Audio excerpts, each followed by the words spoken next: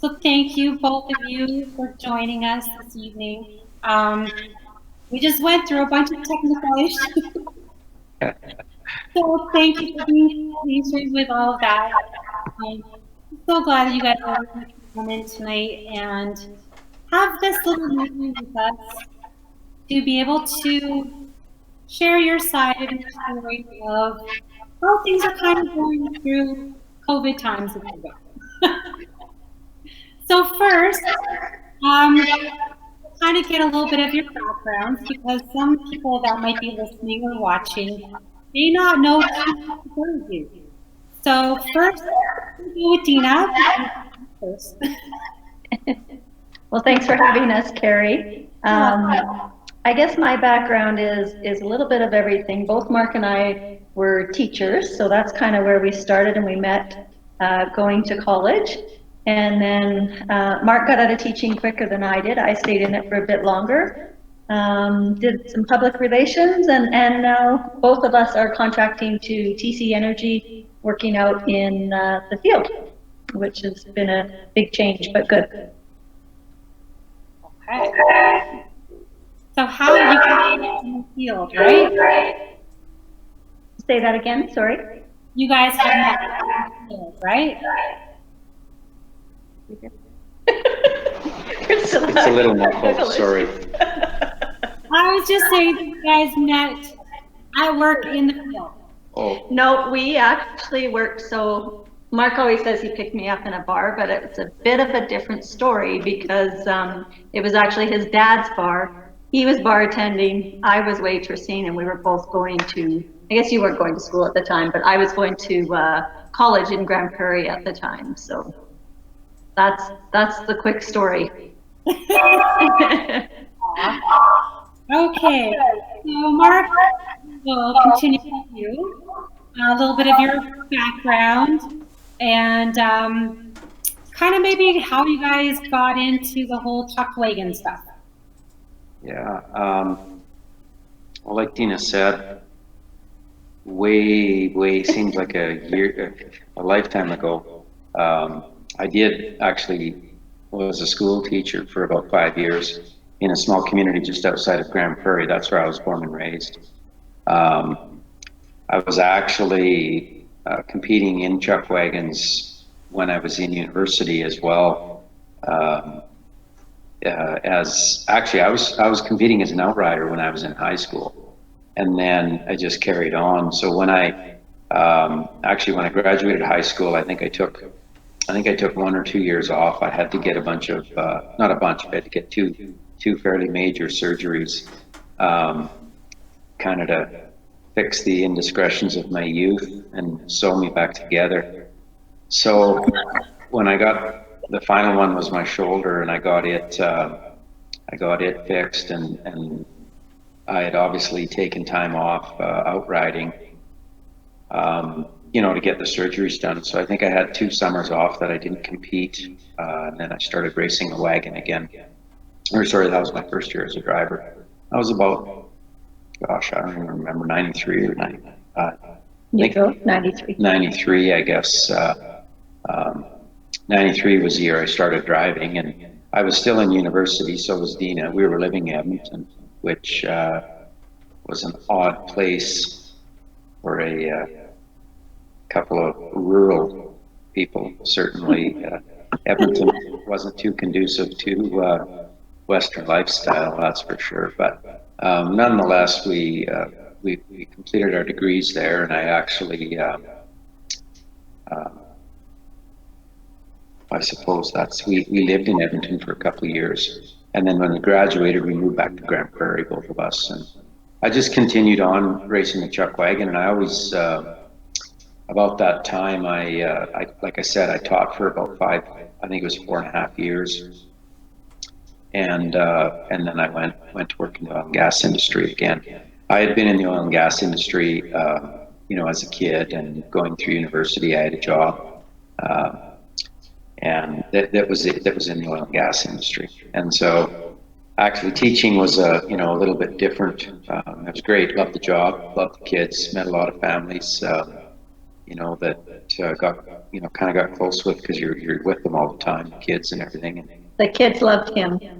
yeah, big kid, I guess, but it just didn't work out. You know, at the time there wasn't a lot of money in teaching. You know, I think still now they're, you know, underpaid, but back then it was pretty bad. So I got a great opportunity for to work in the oil and gas industry, and I was out in the field for a couple of years, and then got another great opportunity to transfer to the head office in downtown Calgary. So we did, and that's how we ended up living in Okotoks. That was about 20 years ago. I made the move from Grand Prairie, and we live on a small ranch.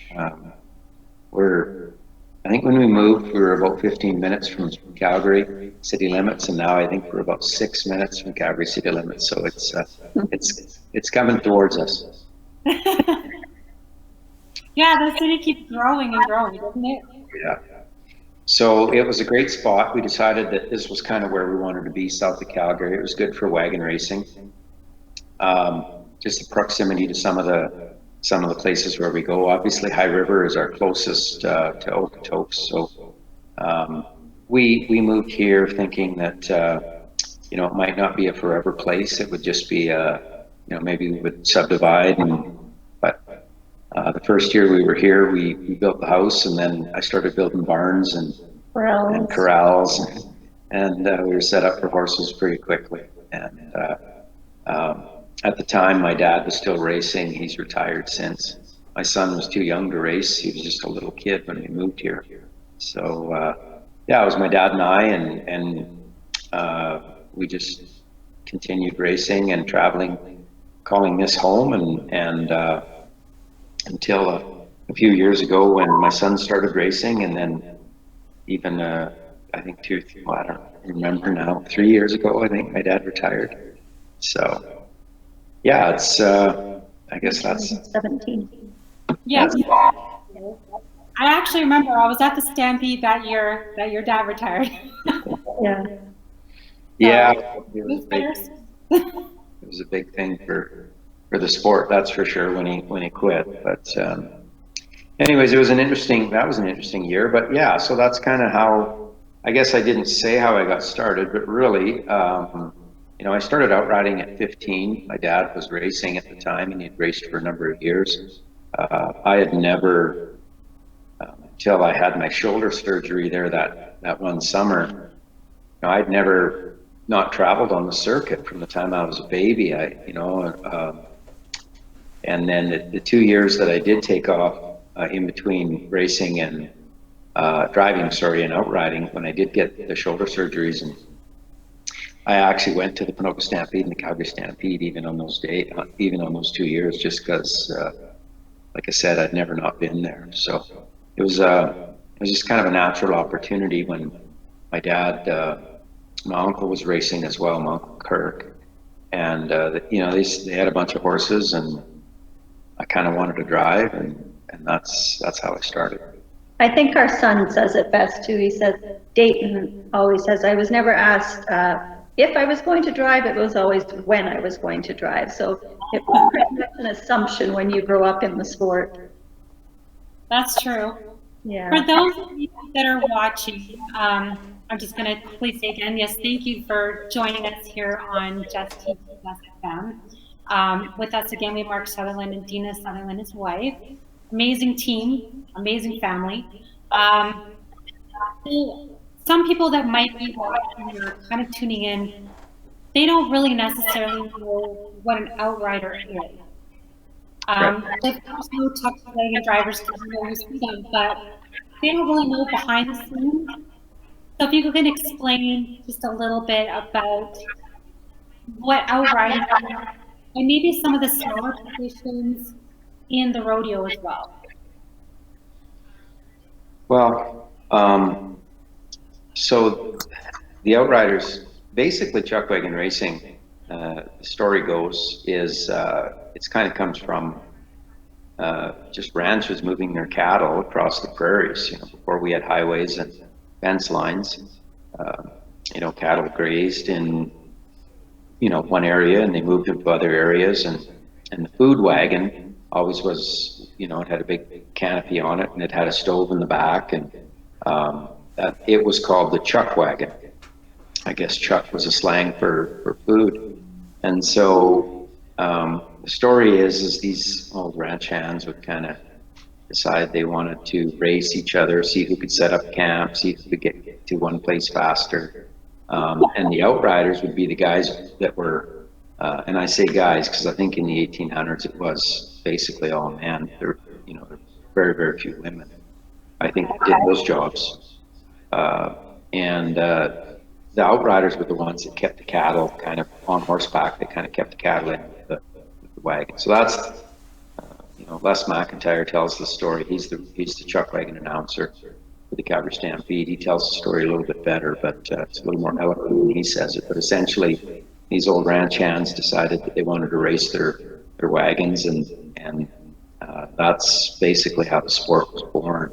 The outrider now, he really provides a safety purpose. So, that each driver has two outriders, and they follow around the same pattern. They follow around the racetrack. They got to be within a certain distance. They can't obviously interfere with anybody or bump into anybody.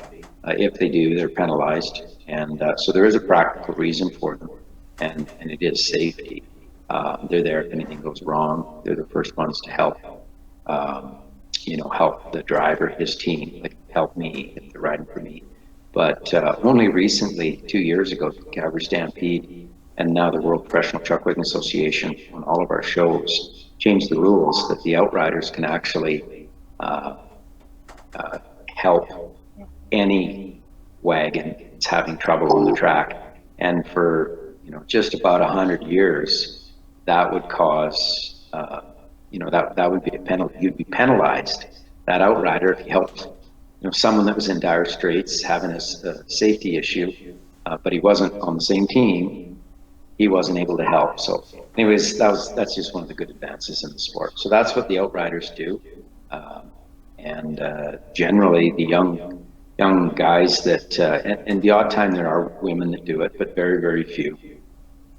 So generally it's men. And the young guys that want to get into the sport, that's the easiest way.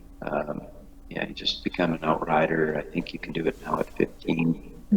When I started, I'm not sure if there was an age limit, but I think I was 15 when I had my first competition. So that's how you get into the sport. That's what an outrider is. And in general, the outriders, once they get a few trips around the racetrack, they figure out what it's all about, maybe a year or two under their belt. And if they got any money or someone that wants to help them out, they become a chuck wagon driver.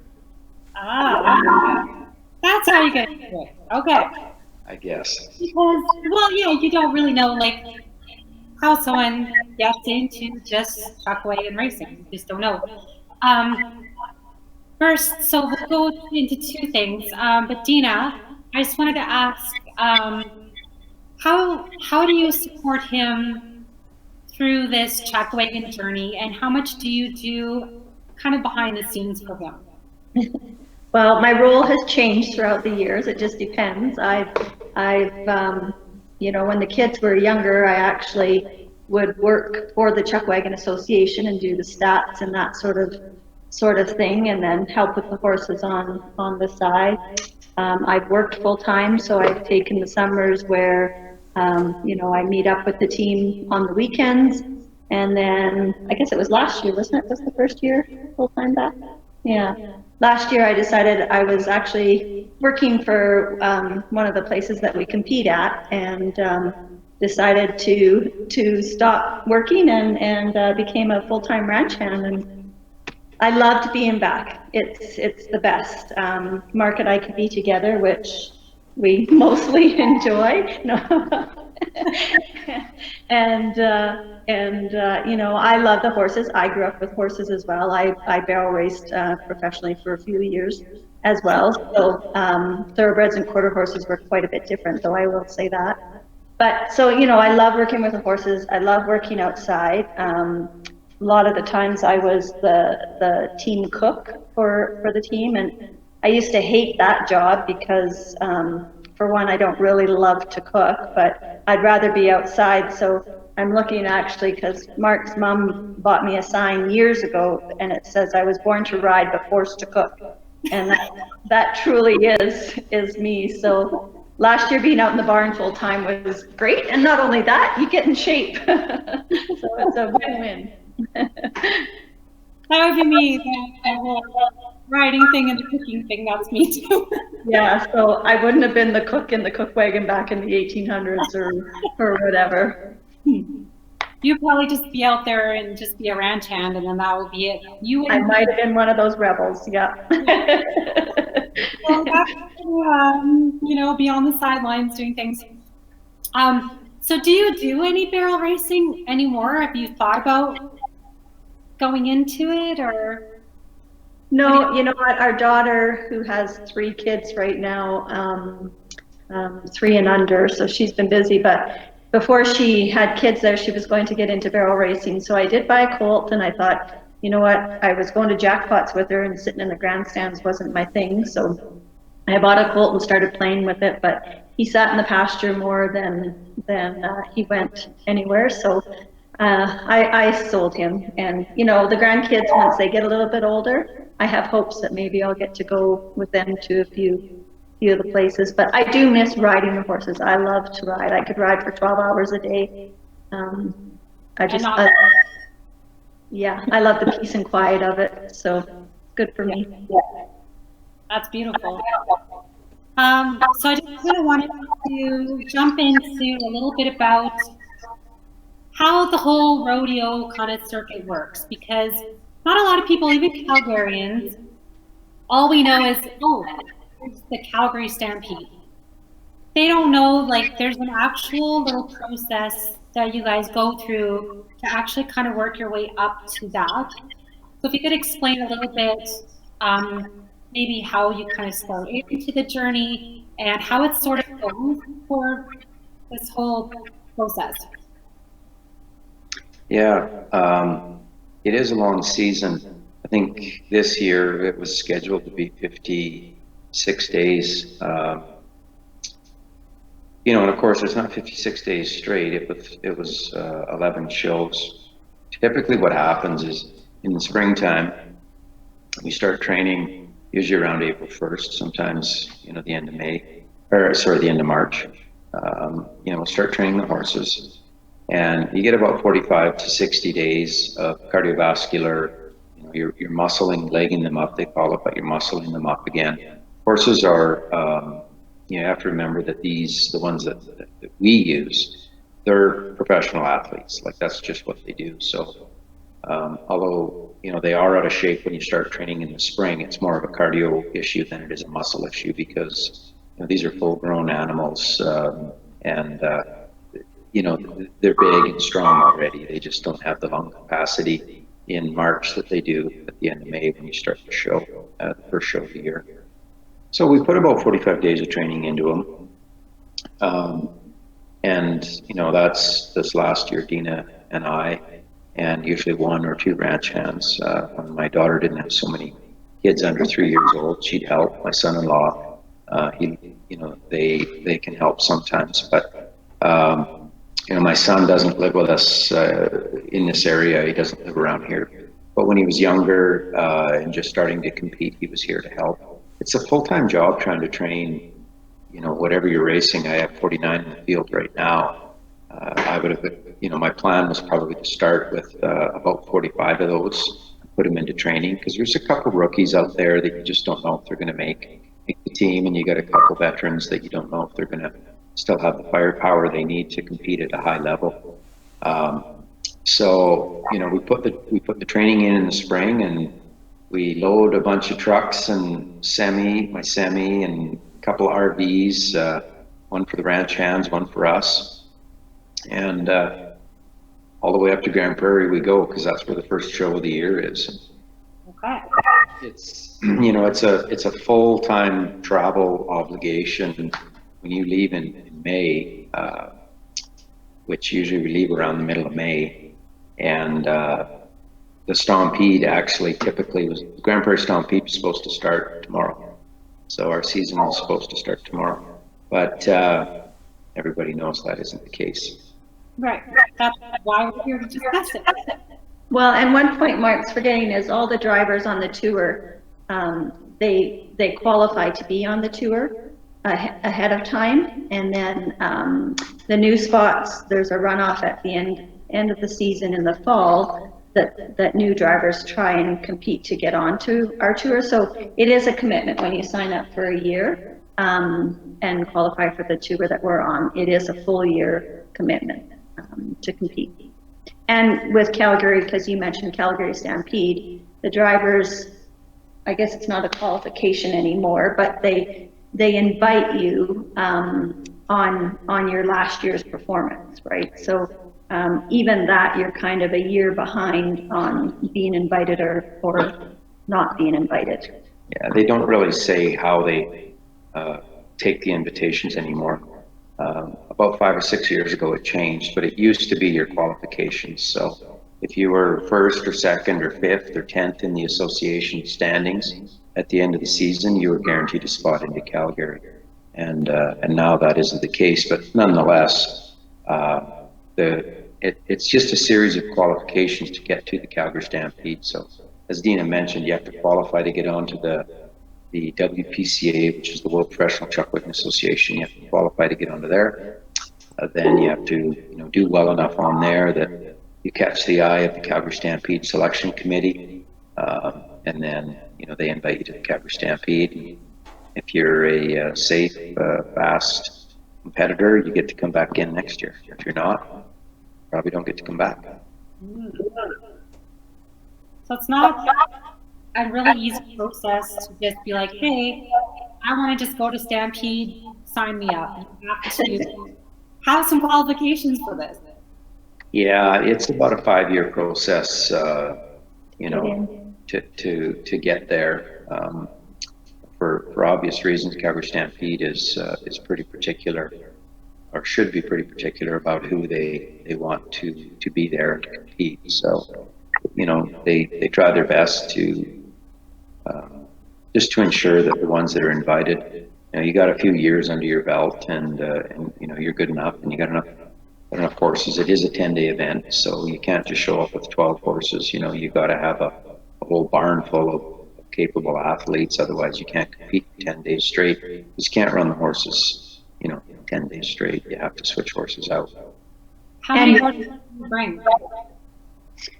Well, that's another quirk that the Calgary Stampede presents. It's in downtown Calgary, as everybody knows, and there's not a lot of space. So I think we only get 12 or 14 stalls, something like that. I think we get 14 stalls in the barns, but we ship daily. I ship my horses in and out daily, just so that there's, because you can't stuff 20 horses into 12 stalls. So we, they jam pack everything else in the midway and the RVs that the drivers are staying in and the outriders, and I'm sure everyone that's anyone that works there it's. The horses also enjoy to come home for a night, just like humans do. We never seem to get home during Stampede time, and we're only 30 minutes from the grounds, but the horses do enjoy to come out to the ranch for a night's break or a 2-day break, whatever it is. They're no different than us. They get sick of people. They get sick of the noise. They don't have any pens at Calgary Stampede, so they don't get to turn out. They don't have the freedom they do at all the other shows that we have or at the ranch here, because they can't run around in the pen with their buddy and visit with them and play with them. They're always hand walked at Stampede. So they truly do enjoy coming out for a day or two break. It helps them mentally, hugely. Interesting. Yeah, I didn't know that maybe each little rodeo kind of has their own pen idea and their setup, because I haven't really been to, I've been to the rodeo in Rocky Mountain House, and it's just so tiny. But and Panoka too, I think I just kind of briefly stopped through there one year, but you just don't know behind the scenes when you're kind of walking through a rodeo. You're just like, oh, there's some horses in a pen. So and we travel with our own remote barn. So the big long trailer we call a liner that we haul the horses in, has two fold out sides that make a barn for the horses. It's quite something to see if you've never seen it, but so we get 9 to 10 stalls on each side of that, on that liner. So we have about 20 stalls on the road with us for the horses.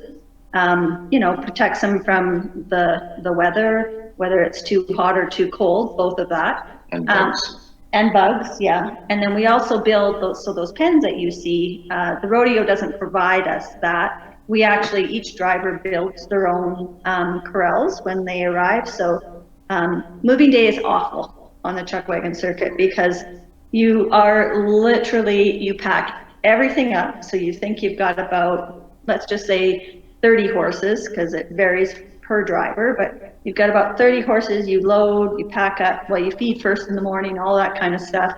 But then you pack up all that corral, you pack up all the barns, all the feed pails, water hose, feed wagons, you know, just everything. It is an all-day affair. When we usually leave whatever location we leave, if we're racing in Medicine Hat, we'll leave there by about noonish.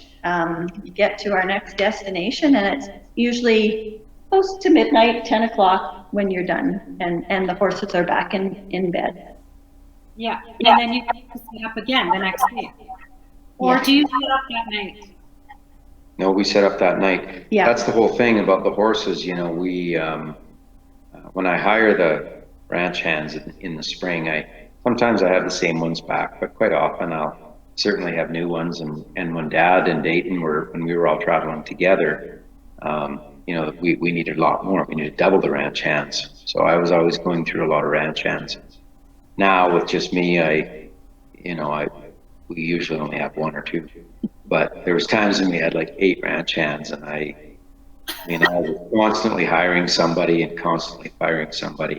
And the first thing I'd tell them when they showed up was, you're going to find out that the horses are more important than you are. So whatever little world you came from, it's not that way anymore, because nobody cares about you, nobody cares about your name, and nobody cares about what you want, how hungry you are, or what part of your body's sore. Or how tired you are. No, nobody cares. So if you think somebody cares, you better go find someone else, because we aren't them. And they just look at you and you just say, look, I'm serious. Horses eat first, you eat last. That's just the way it is. Not last behind us, because we don't eat before the horses do. We don't go to bed before the horses do. And so, long answer to your short question, no, we set up that night. The horses are resting in dry, warm bedding. They've got fresh food in front of them, fresh water. That's just the way it is. And you're not gonna have a peak performance out of an athlete if you don't treat them like that. And so that's just kind of what we do. It's a horrible grind, I can tell you that. I mean, I've been doing it my entire life, and I love it, but moving day is absolutely the worst part about chuck wagon racing. Oh yeah. Okay, so now let's get into the dirty part of this. Now everyone kind of has a little bit of history of what you have to do to, work on the farm, get the horses up and running, kind of the circuit, and a little bit of behind the scenes. So this year it stopped everything. So now this COVID has affected your personal lives. It's affected your farm. It's affected the rodeo circuit. It's affected the stampede. It's affected hiring on hands and any other sorts of things. So if you can tell us a little bit about how do you guys feel about it? How is it really, has it really affected you to a point where you guys feel like you want to shut down, you feel horrible about it, positive in it? I think we both, for one thing, we feel bad for the horses because they're missing it. You can watch them out in the field here, and there's quite a few of them, and you know, they're trying to entertain themselves. They're racing around playing, and because they've got energy.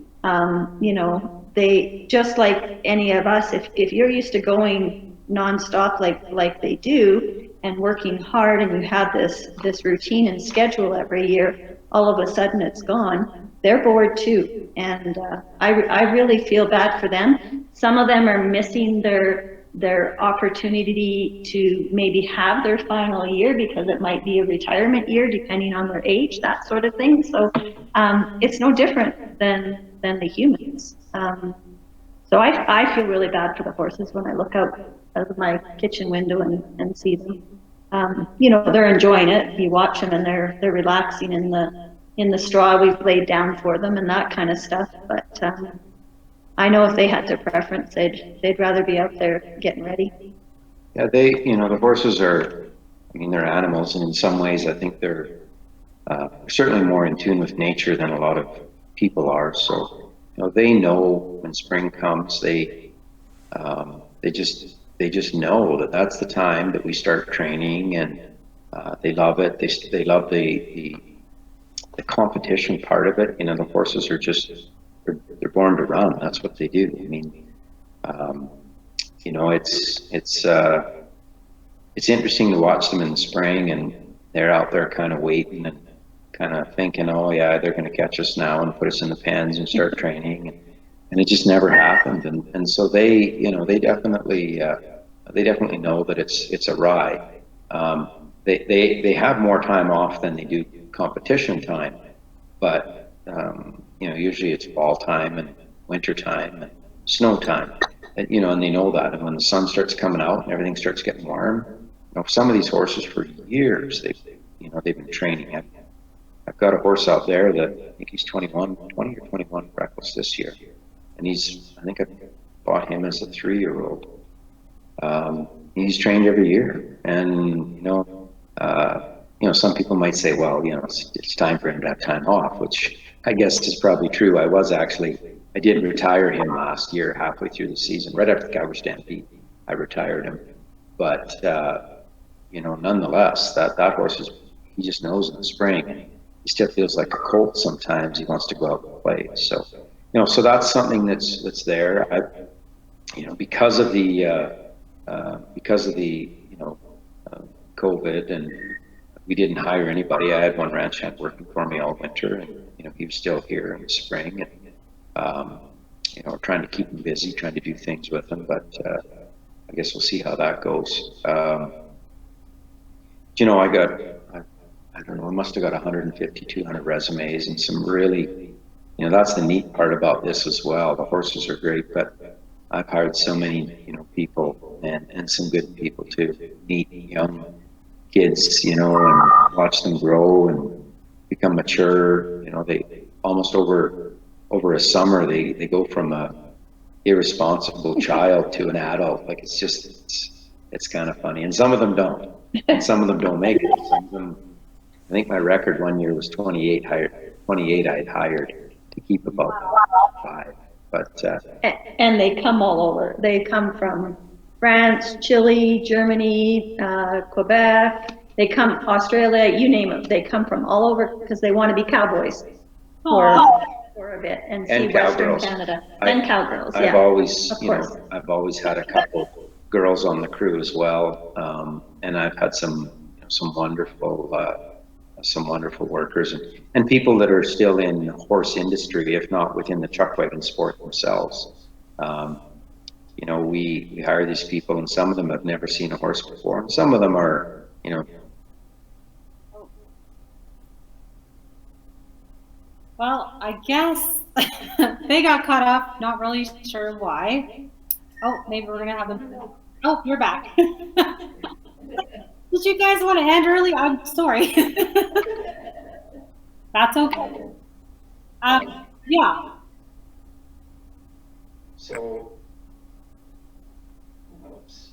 Now we've got he's coming back there. We're good. So I think part of the thing was we we can't hire any of these people, and some of them now, because of the virus, are pretty desperate. You can just kind of read it into the email. They're looking for a job. Some of them are good people. Some of them, you know, in a normal year, I would love to hire them. It's just, you know, not able to do that. You know, I'm kind of finding ways to stay busy, but it's new. Like it's not normal. And the unfortunate part about owning, you know, 49 competition thoroughbreds is they still need to be taken care of. They still need to be fed, and you know, we make a little bit on prize money, but realistically, you know, including the Calgary Stampede and the Ponoka Stampede, which I won last year, you know, I think you'd be lucky to make, you know, 75,000 in prize money. 80,000, I think, would be a, you know, pretty good year, unless you win Calgary, which used to be $100,000. So you know, that would be on top of that, right? Or anyways, quite a bit more. But in a regular year, you'd be lucky to make about 80,000 in prize money, which sounds like a lot of money until you're feeding 49 horses for 12 months out of the year. To put it in perspective, I always tell the people the horse's dental bill costs us anywhere from $4,000 to $7,000 a year, depending how many horses we have in the spring. So that's just one little bill. It's 50. Yeah. It's about 50, Yeah. it's about $5,200 or $5,500 to put shoes on them one time. That's during training and competition. That's done every 6 weeks. It's just what it costs. So, you know, have your partner, or do you do it yourself? I quit shoeing years ago. It was easy for me to go make money and then pay someone to do that job. I've got a really good shoer. He's close. He lives just south here, and he's been shoeing for me on and off for about 10 years now. And he's a cowboy himself. He competes in the rodeo, so he knows the importance of a good foot on a horse, and we get along pretty good. So he's a hell of a shoer. So we get him to do it. My son also does some shoeing, and my father still does some. I just never had the back for it, so I did it when I was younger, and I found a way to make enough money that I could pay someone to do that job. Yeah. Yeah. But now, this year is difficult because we haven't made that income, right? Well, and that's the problem. So this year we won't put shoes on. We put shoes on a couple of them because they have bad feet, but the rest are just trimmed, which is natural for a horse. It's just if you're going to train him and race him, you definitely need shoes on for safety, for traction, really. But yeah, you know, they're still getting their dewormer every 6 weeks, which is about $500 or $600 for all of them each time. And you know, those costs typically would be, you know, some of it you're covering with your prize money, as I mentioned, and the rest would be covered by your sponsorship, which obviously isn't happening if you're not competing. So it's just one of the unfortunate things. There's not a lot of revenue coming in. There's no revenue unless you have a job, and right now a lot of people don't even have those because you're not allowed to work. So it's a difficult time in the sport. You know, no different than a lot of people. You know, it's just there's only a few of us, I guess maybe 100 wagon drivers across big chuck wagons across Western Canada.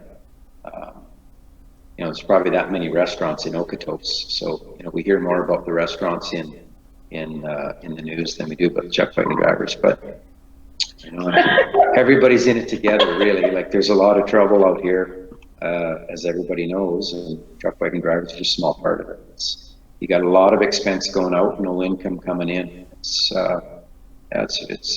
going to be pretty scary for the sport, I think, in the next couple of years. Mm-hmm. Have you guys thought of any other ways to make a revenue right now?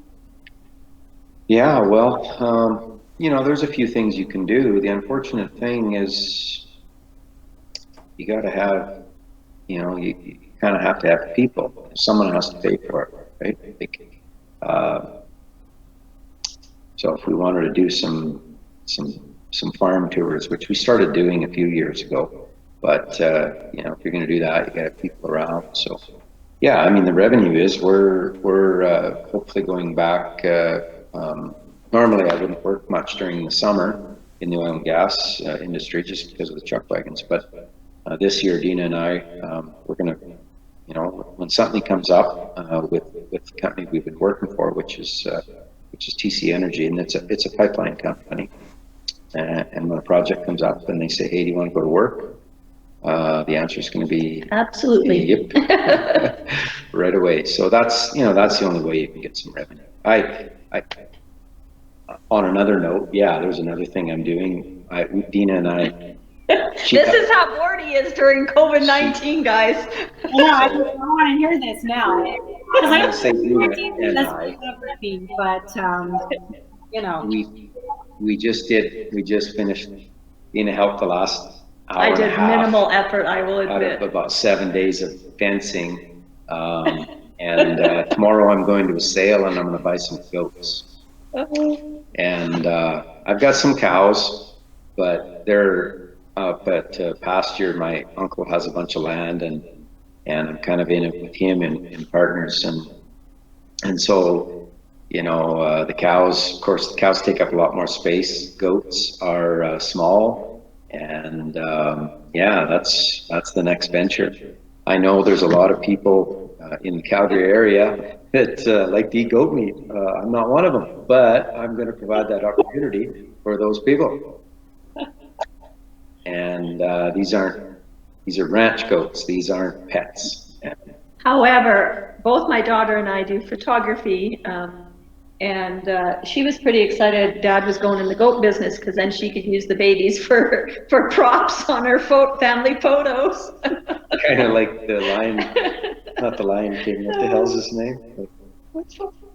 The crazy lion guy, Carol Baskin. Oh, the Tiger King stuff. They make all the money taking pictures of people with the babies. No, not that. That's the idea with the goats, I think. These goats don't get names. They're not like our horses. These goats don't get names. They don't get anything. He talks tough, but he'll be a softie. I'm not touching goats. I don't know anything about goats. I'm not touching them.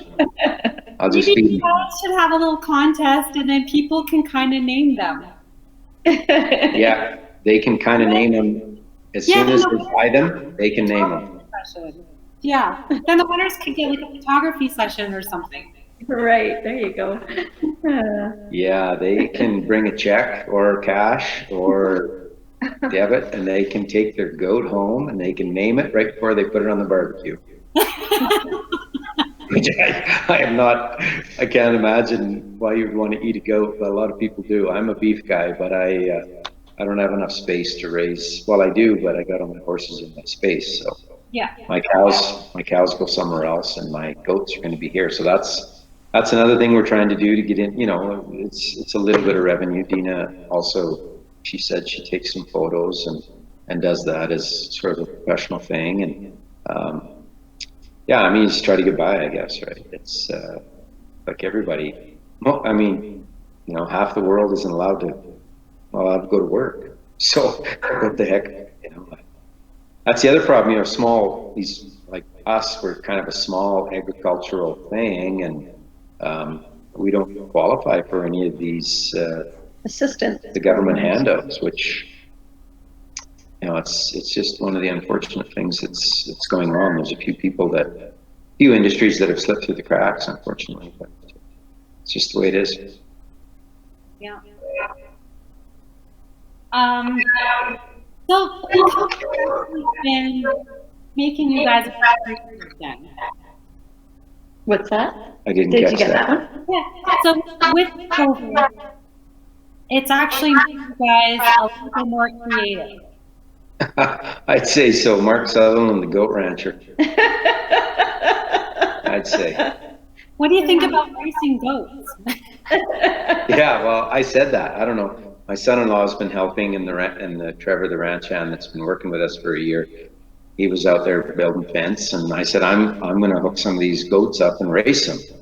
And Like, I mean, why not? But we've been brainstorming about, you know, what can you do? Because, you know, our fans are the best, Chuck Wagon fans. Like they, you know, they want to support us. They want to stay involved in whatever way, and they realize they can't see a race. So, you know, we're trying to think of ways of how we can bring the sport and us to them and keep in touch with them. You know, of course, that's through social media mainly. But, you know, trying to think of, I mean, we were even having crazy, I guess I was having a crazy thought of, well, maybe if you guys were spring training horses, you could time each other and have kind of a match race where Troy Dorchester was racing in Westeros in his field and Mark Sutherland was racing in his field. But, you know, we're trying to think of ideas.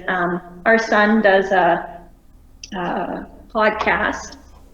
So that's kind of interesting, and he does a lot of the drivers and that kind of thing. So that stays in touch that way. But it's tough because all the ideas, Mark and I have talked lots about, he kind of mentioned it, but getting into more agritourism where we were going to do a lot of, and we've done some smaller ones, but farm tours and all the way to team building activities for corporate Calgary to the NASCAR type situation where you could come and learn how to be a chuck wagon driver. So we've thought about a lot of these opportunities on our ranch, but that doesn't help right now with COVID.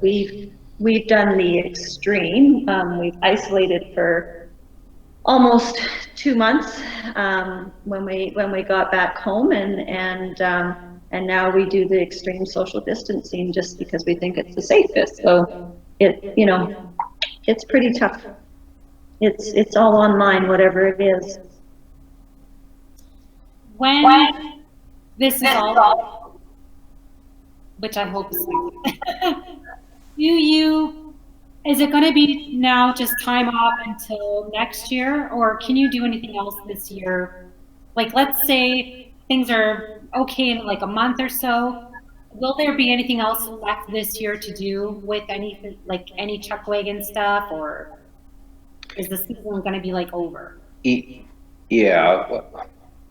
Okay, so I think if we talk best case scenario, like you said, in a month or so, I think essentially what would need to happen is they need to find a vaccine that people were comfortable with, and a treatment that people were comfortable with. And I know they have treatments, and I know vaccines are being worked on, and I know lots of people don't want to have the vaccine, and I know everybody's scared of taking hydrochloride or whatever it is they clean fish tanks with in the United States. I'm not sure what, you know, I mean, there's like 95%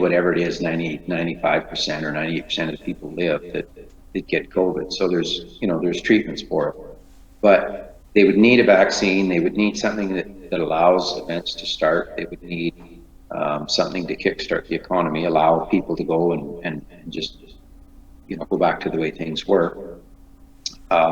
And then we need about 45 days of training. So the timelines are getting pretty skinny right now because, you know, in October, it'll be snowing at the end of October.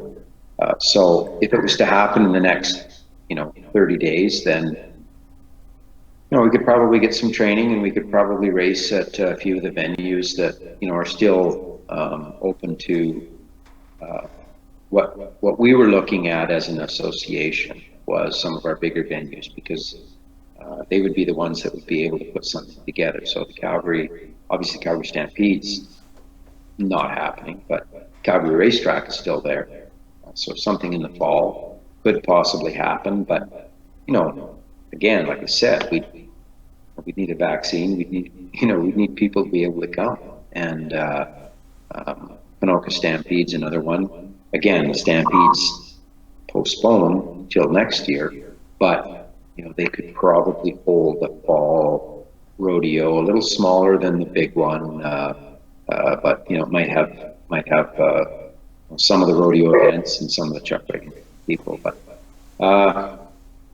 we need about 45 days of prep time to get the horses in shape. Otherwise, it's just not safe to run them.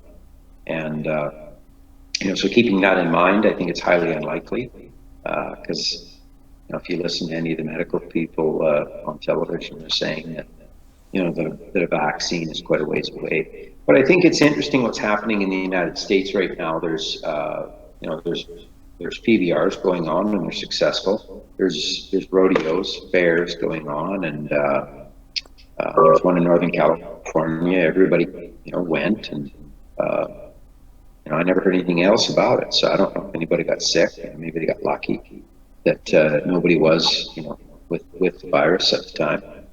But I just don't see that happening in Alberta. But if it opens up, the wagon drivers are. Everyone wants to get back at it. We just need to start training. Yeah. Well, you guys are amazing. Is there anything that you would like to kind of share to the public? Any messages that you guys might want to just kind of get out to people, or anything positive you want to say, or just even to those that are maybe starting their journey into the rodeo circuits? Well, I think some of the rodeo events, chuck wagon racing is, the careers are a lot longer. Yeah. My dad competed for 50 years and quit at 65. There are no bronc riders at 65.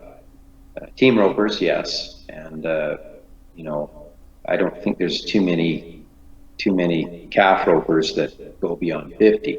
But they can compete in the seniors, but they just can't compete in the regular rodeo. So I think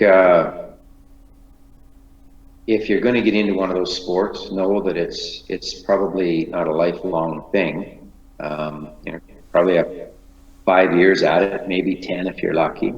And it's not true, because you start as a kid. So I grew up in rodeo as well. So you start as, and I think there's no better lifestyle, honestly, for a kid. So if a parent is out there thinking that a horse is too expensive for their child, trust me, it's money well spent. And it's not too much more than the hockey player or the dancer when it all gets added up. So I was fortunate that my mom bought me kind of my first horse and really wanted me to rodeo. And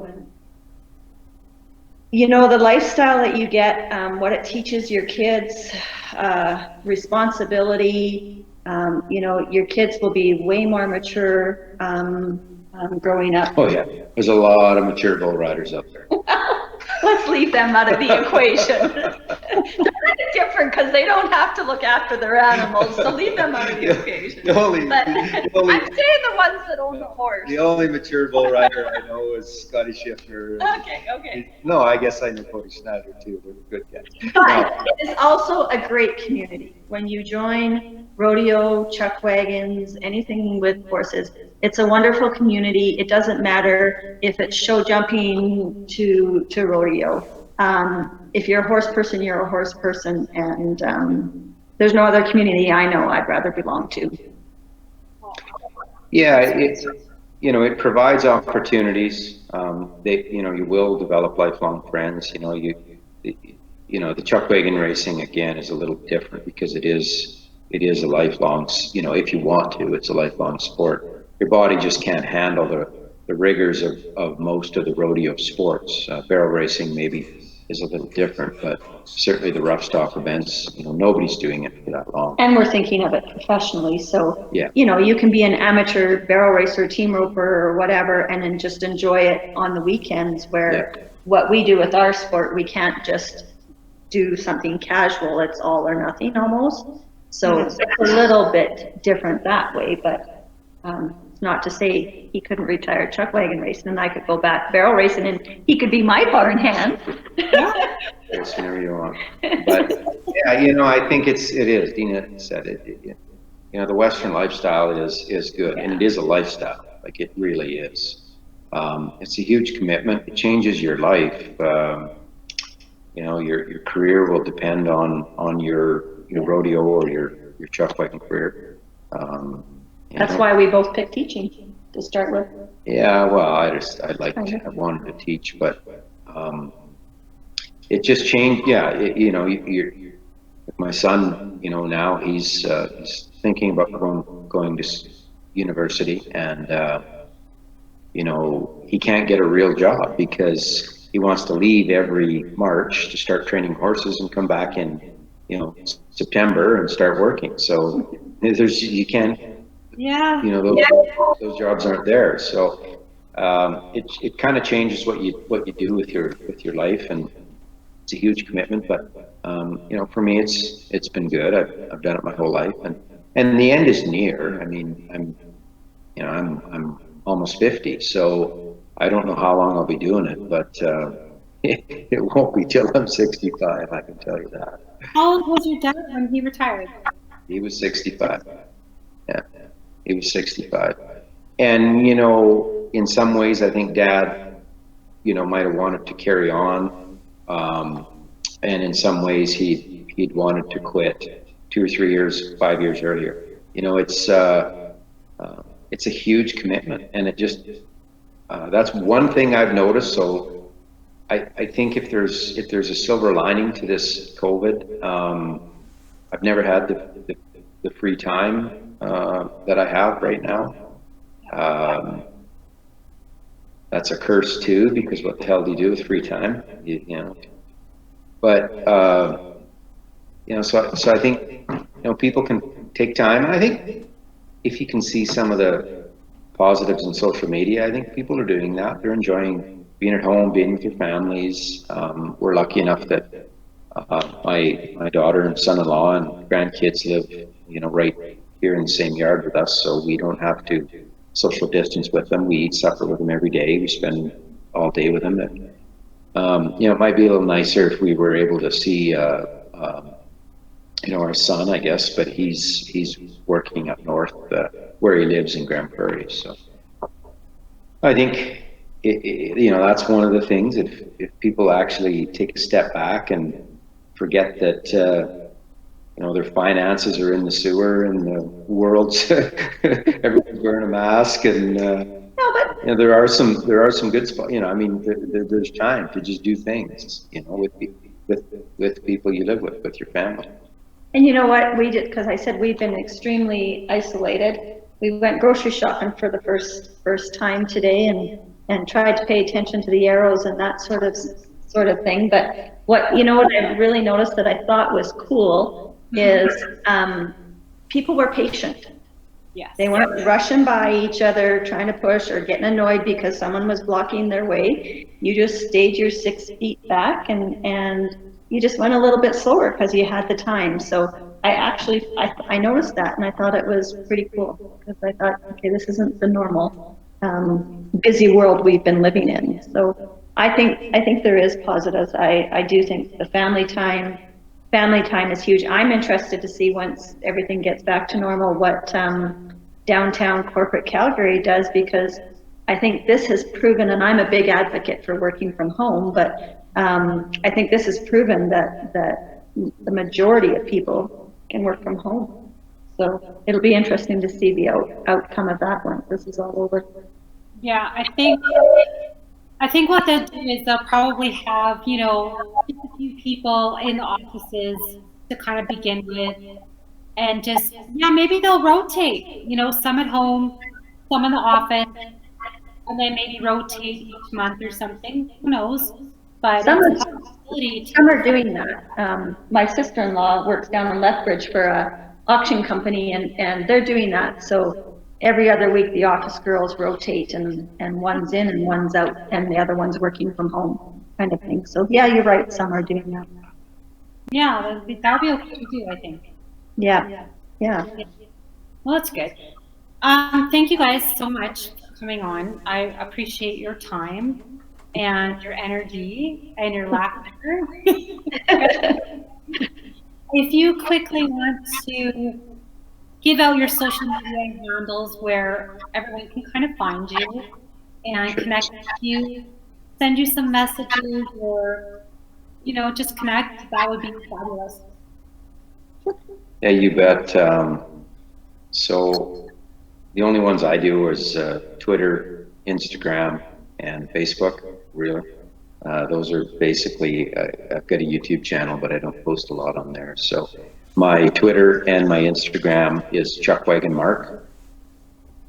And my Facebook is just Mark Sutherland Chuck Wagon Racing Team, or Mark Sutherland. But I do post different content on both of those Facebook channels. So, I don't do Snapchat. Like I said before, I'm almost 50. I don't do TikTok. I don't do Snapchat. We also have a website, sutherlandracing.ca, that people can go there and learn. I've got to update it actually a little bit here, but learn about the team and the horses and all that we do. And there's lots of news articles and videos there that they can go visit. I'm as well. I'm not very active on Twitter, honestly, but Facebook and Instagram, I'm boring. No Chuck Wagon Dina, it's just Dina Sutherland. So I'm easy to find. I try and do my photography more stuff on Instagram, and then our family and that kind of stuff on Facebook. So, and yeah, we're always interacting with the fans on our social media. Yeah. Thank you. I love your photography. I must say, I'm a huge fan. Just so many beautiful pictures all the time, and I just want to like love everything. Well, it makes me feel good when you do, so go ahead. I'm gonna go back and like stuff. Well, I know I think I've kind of like more stuff on Facebook than I have Instagram, so I need to go back on Instagram and just like everything. You know, I get tired of posting on Facebook and Instagram, and you know, because it becomes monotonous. And where, you know, I'm walking out, taking video of the horses when I'm walking through the pasture, whatever. But people genuinely, you know, enjoy it, and especially in this time. And I should be doing it more. I've just, you know, people. You know, the comments and the messages, sometimes there's personal messages, often the comments, and you know, people just, you know, and I'm doing it myself. I'm using social media to pass the time. So you know, I do like sharing, you know, my horse world with, you know, with the fans, but I've been a little bit negligent over the last three months, and in the wintertime, depending on what I'm doing, I don't post a lot. Again, because I think it's boring. It's like, you know, I'm just, I'm feeding the horses, or I'm working, or whatever. But, you know, I know that people do like it, and I kind of wanted to do the progress of this whole goat fence, goat ranching thing, but yeah, I'm not, I don't know if I really want everyone to know Chuck Wagon Mark's a goat rancher, so we'll just... Like a little story of like the goat program, and then maybe do like a little goat racing into like a little miniature Chuck Wagon, but put the goats on it. Maybe we'll get our grandson racing goats. Good It would be so cute. Yeah, it would be cute. That's the whole problem. So we were building fence tonight, and like Mark said, I did maybe an hour of a 8-day project or whatever it took for them to build the fence. But I was going to post tonight because I was complaining that my hair was getting in my eyes and I couldn't see to hammer the nails, and Mark grabbed a piece of binder twine and made me a pony with the binder twine, and I was going to post, but he was kind of being a strict boss and wanting me to get to work, so I couldn't even take time to do it. You know, that's the funny thing about you know, COVID now, the expectations when you go out. You know, I got some fertilizer today. I needed, so I went to the UFA, and I said to Dina, well, you know, I've been fencing, and so I was wearing some work clothes. I said, I'm going, you know, and she wanted to come and grab some plants and stuff. And she's like, you're going like that? I'm like, yeah, I'm going like this. I mean, who cares? Like, it's COVID. Like, I mean, and you got to shower when you come home. But that was tonight, because I thought this was radio. I didn't think this was face-to-face interview that we were doing. So we were sitting there having a late supper because we came in from the goat fencing late, and having supper, and he starts to dial in to visit you, and I said, this is face to face. I gotta go get cleaned up. She looked like a goat rancher. I looked like a goat Not gonna rancher. I don't even know what that is. What they look like. I was Anyways, a goat tire in my high school days, but that's one of the good things of the virus. It's like, Yeah. you know, it just doesn't, like, you gotta look presentable, and you shouldn't stink, so you probably should get cleaned up, but I mean. Well, you don't stink. Yeah, well, and we're only 3D or whatever it is. We're not 4D, so you can't. But you know, it's like those things don't matter as much. You know, it's nobody's worrying too much about getting their hair dyed or Botox or whether their jeans are the right jeans. You know, I don't care if they don't like them. They don't have to look at me. They can pull their mask up over their eyes. I really couldn't care less. but your jeans fitting is another story, because that's an issue. I'm missing out on my spring training like the horses, and the jeans are not fitting so well. Yeah. Well, you know, COVID time, so you're good, right? You can. That's the excuse anyway. I'm using it too, so we're good. At our age, it's way tougher to get back into shape, though. That's what I'm discovering. Yeah. Well, I mean, you guys look beautiful regardless, so. Oh, thank you. And you There are a keep couple of keep all your fans happy, and yeah, I see you guys doing so good, even, you know, through these rough times, and you're staying positive, which is it's good to see.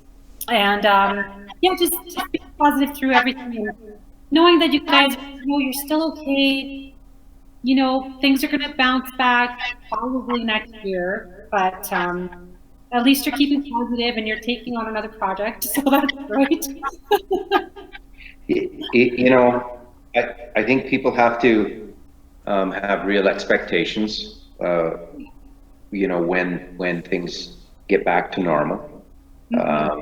You know, I think we're gonna. You know, I think we would be negligent if we didn't expect that we're going to be in some rough times going forward in Western Canada, specifically Alberta. You know, we're just going to be. But you know, I think maybe it's an opportunity for people to look at what's important. I mean, really, if you get through this, because some people aren't getting through it. Like, there are people that are dying. So, you know, if you get through this, maybe that's what the positive should be. Like, again, I made light of it earlier that, you know, people's, you know, bank accounts are, you know, dwindling. They are, and that stuff's going to happen. People are losing, you know, they're losing money, a lot of it, and you know, I think that's going to continue to happen. I just, you know, I don't know. I guess you have to see the positives in it. There's enough negatives out there, and surely you can find them on social media if you want. So they're there. You know, I just think you have to kind of focus if you can, and it's hard. You have to sort of focus on the positives. If you didn't lose somebody and you know that was in your family or friends and you're healthy, then I guess you're one of the winners. Really, that's kind of the way you have to look at it. Yeah, for sure. Okay, we're gonna wrap it up. Again, so very much for joining me here.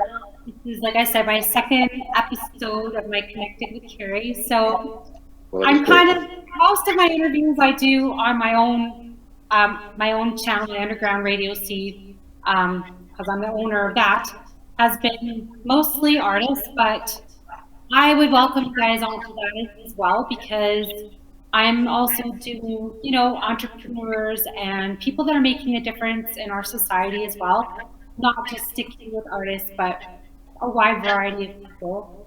But I kind of wanted to have you guys on this one, because this channel with Jess FM, Jess TV, will reach out to a little bit more of a different audience.